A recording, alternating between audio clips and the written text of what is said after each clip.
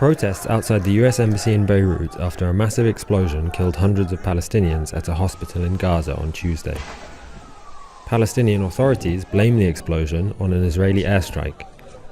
Israel says it was caused by a misfired rocket originating inside Gaza. After the strike, the Lebanese militant political group Hezbollah called for a day of rage in Lebanon and across the region. Protesters in Beirut, many affiliated with Hezbollah, gathered and headed to the US Embassy to vent their anger. Israel has no diplomatic relations with Lebanon and therefore no embassy in the country. America's staunch support of Israel during its bombing campaign in Gaza, in spite of massive civilian casualties, has made the US a target of anger in Lebanon. Lebanese security forces used tear gas to disperse protesters who threw Molotov cocktails and caused a fire that was later contained.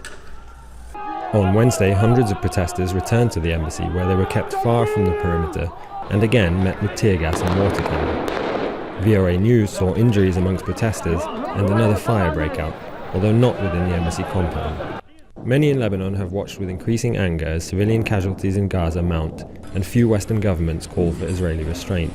At the same time, Hezbollah and the Israeli military have traded fire on the border, threatening to drag Lebanon and the wider region into a potentially devastating war. Jacob Russell, VOA News, Beirut.